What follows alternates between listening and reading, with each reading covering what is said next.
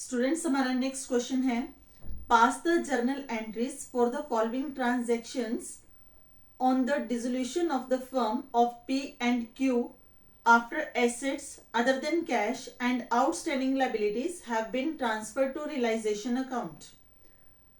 First part, stock rupees 2 lakh. P took 50% of the stock at a discount of 10%. Balance stock was sold at a profit of 25% on cost. तो देखिए इसको कैसे करना है. Stock, इसकी value है ₹2 लाख. वो कहता है 50% of the stock. 50% of 2 lakh कितना होगा आपका? 1 लाख रुपीज का. इसके ऊपर डिस्काउंट है. डिस्काउंट है इसका 10%. 10% कितना हो गया? 1 लाख का 10,000. तो कितने पे पी इसको टेक ओवर कर रहा है? 90,000 पे. तो इसकी एंट्री क्या होगी? P's capital account debit to realisation account 90,000 being pay take over 50% stock at 10% discount. अब बैलेंस जो 50% है, बैलेंस 50% क्योंकि 50% इसका ये हो गया और बैलेंस 50% इसका 1 लाख होगा. उसको क्या कर रहा है वो? बैलेंस स्टॉक वो sold at profit of 25% on cost plus 25% of 1 lakh. ये हो जाएगा आपका 25,000. टोटल हो गया 1,25,000 का. ये 1,25,000 पे उसने सेल कर दिए. तो फर्स्ट पार्ट की ये सेकेंड एंट्री बनेगी. Bank account debit to realisation account 1,25,000 being remaining stock sold at 25% profit. तो ये आपका फर्स्ट पार्ट कंप्लीट हो गया. Second part, debtors of ₹2,25,000. Provision for doubtful debt ₹25,000. ₹20,000 of the book debt proved bad. इसमें 2,25,000 के debtors हैं जिस पे हम एक्सपेक्ट कर रहे हैं कि 25,000 रुपीज का डाउट है कि वो अमाउंट रिकवर नहीं होगा डेटर से. लेकिन एक्चुअल में 20,000 रुपीज के जो बुक डेट है वो बैड डिक्लेयर हुए हैं. As per the statement debtors जो है वो है हमारे 2,25,000 के minus provision for doubtful debt 25,000 और बैलेंस शीट में आउटर कॉलम में चला गया 2 लाख. और वो कहते हैं कि बैड डेट जो प्रूव हुए हैं वो हुए 20,000 के. अब जो ये 2,25,000 है ये ऑलरेडी रियलाइजेशन को ट्रांसफर हो चुके हैं जैसा कि उसने स्टेटमेंट में बोला है. ये भी 25,000 ऑलरेडी रियलाइजेशन को ट्रांसफर हो चुके हैं. अगर नहीं हुए होते तो आपकी ये एंट्री होती realisation account debit to debtors 2,25,000 से और इसकी एंट्री होती provision for doubtful debt account debit to realisation 25,000 से. तो अब हमें एंट्री डालनी है किस अमाउंट से?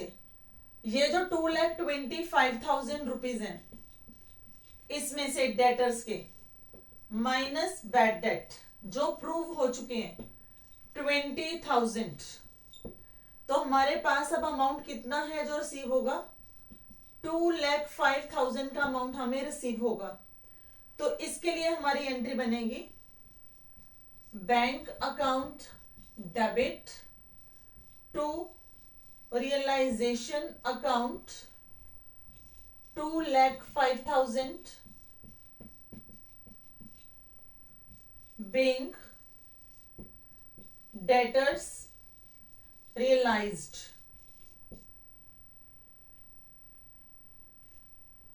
Next, land and building, book value 12,50,000, sold for 15 lakh through a broker who charged 2% commission. Student, it depends upon you कि आप 1 एंट्री डालना चाहते हो या फिर आप 2 एंट्रीज पे जा सकते हो. अगर तो आपको जो कमीशन पे हो रही है, जो ब्रोकरेज पे हो रही है एजेंट को, उसको 15 लाख में एडजस्ट करना है तो आप एक ही एंट्री डालिए.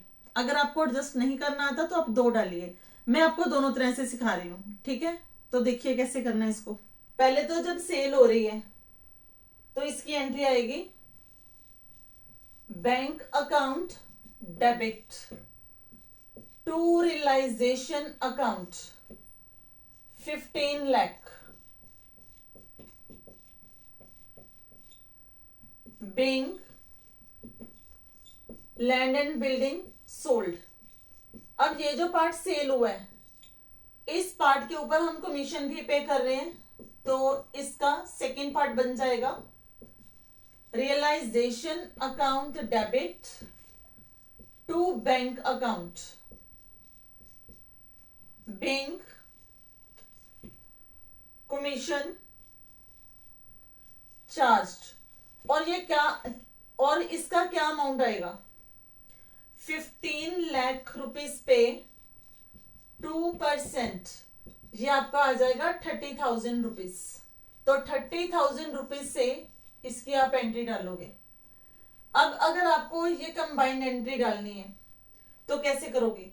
15 लाख रुपीज पे सेल हो रही है, 30,000 रुपीज कमीशन है, बैलेंस कितना आ रहा है हमारे पास 14,70,000. तो इस अमाउंट से आपकी एंट्री बनेगी.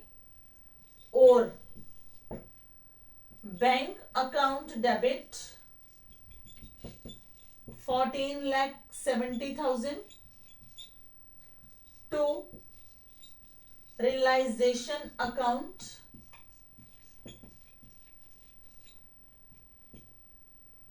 being land and building sold and commission paid. Next, machinery book value 6 lakh was handed over to a creditor at a discount of 10%. Creditors के बदले में हम उसको मशीनरी दे रहे हैं, तो ना तो एसेट को सेल करने की एंट्री आएगी, ना ही क्रेडिटर्स की पेमेंट की एंट्री आएगी. तो यहां पे हमारा आंसर क्या होगा, नो एंट्री. क्लियर. तो डी पार्ट में आप लिखोगे no entry. Then part E, investment book value 60,000 realised at 125%. 60,000 का 125% आपका बनेगा ये 75,000 रुपीज. तो इसको हम रियलाइज कर रहे हैं, तो सिंपल एंट्री बनेगी bank account debit to realisation account 75,000 rupees being investment realized. Next, F part, goodwill of rupees 75,000 and prepaid fire insurance rupees 10,000. बच्चे गुडविल इज इंटेंजिबल एसेट और इसकी सिर्फ वैल्यू दी है, रियलाइजेबल वैल्यू नहीं दी. जब तक इनटेंजिबल एसेट की रियलाइजेबल वैल्यू ना दी हो हम उसकी एंट्री नहीं डालते, क्योंकि कोई भी इंटेंजिबल एसेट सेल नहीं होती, हम उसकी एंट्री नहीं डाल सकते. तो यहां पे हमारे पास आएगा नो एंट्री. और उसके बाद है इसमें प्रीपेड इंश्योरेंस. जो प्रीपेड इंश्योरेंस है उसके लिए भी no entry.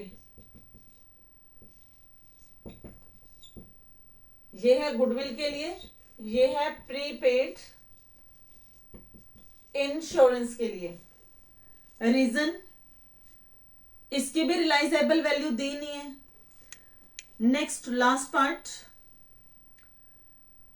Trade creditors rupees 1,60,000, half of the trade creditor accepted plant and machinery at an agreed valuation of rupees 54,000 and cash in full settlement of their claim after allowing a discount of rupees 16,000. Remaining trade creditors were paid 90% in final settlement. यहाँ पे 1,60,000 के creditors हैं, उनमें से half जो creditors हैं उनको एक तो मशीनरी दे दी गई है 54,000 की, और साथ में जो बैलेंस बचा उसके ऊपर 16,000 डिस्काउंट काट के बाकी का अमाउंट पे करा गया। तो वो हम देखते हैं कितना अमाउंट बचता है। जो बाकी के 50% क्रेडिटर्स हैं उनको 90% की पेमेंट हुई है। यहां भी आपके पास चॉइस है, या तो पहले हाफ पार्ट की एंट्री अलग से डालिए, दूसरे हाफ पार्ट की अलग से डालिए, नहीं तो आप कंबाइन कर सकते हो। तो कंबाइन में आपको दोनों तरह से सिखा रही हूं। यहाँ पे क्रेडिटर्स हैं 1,60,000 के, हाफ ऑफ द क्रेडिटर्स आपका बनेगा 80,000। इस 80,000 को हम एक दे रहे हैं प्लांट एंड मशीनरी, और प्लांट एंड मशीनरी की बुक वैल्यू है 54,000 रुपीज। बैलेंस आपके पास आएगा 26,000। इस 26,000 को हम डिस्काउंट काटने के बाद, डिस्काउंट है 16,000 का, बैलेंस बच गया आपका 10,000। ये हम 10,000 रुपीज पे कर रहे हैं। तो एंट्री बनेगी realisation account debit to bank account 10,000 rupees. अब बैलेंस कितना रहा? 80,000। इस 80,000 क्रेडिटर्स के लिए वो कह रहा है सेटल्ड एट 90%। 90% ऑफ 80,000 72,000। तो इस पार्ट के लिए हमारी एंट्री क्या बनेगी? Realisation account debit to bank account 72,000।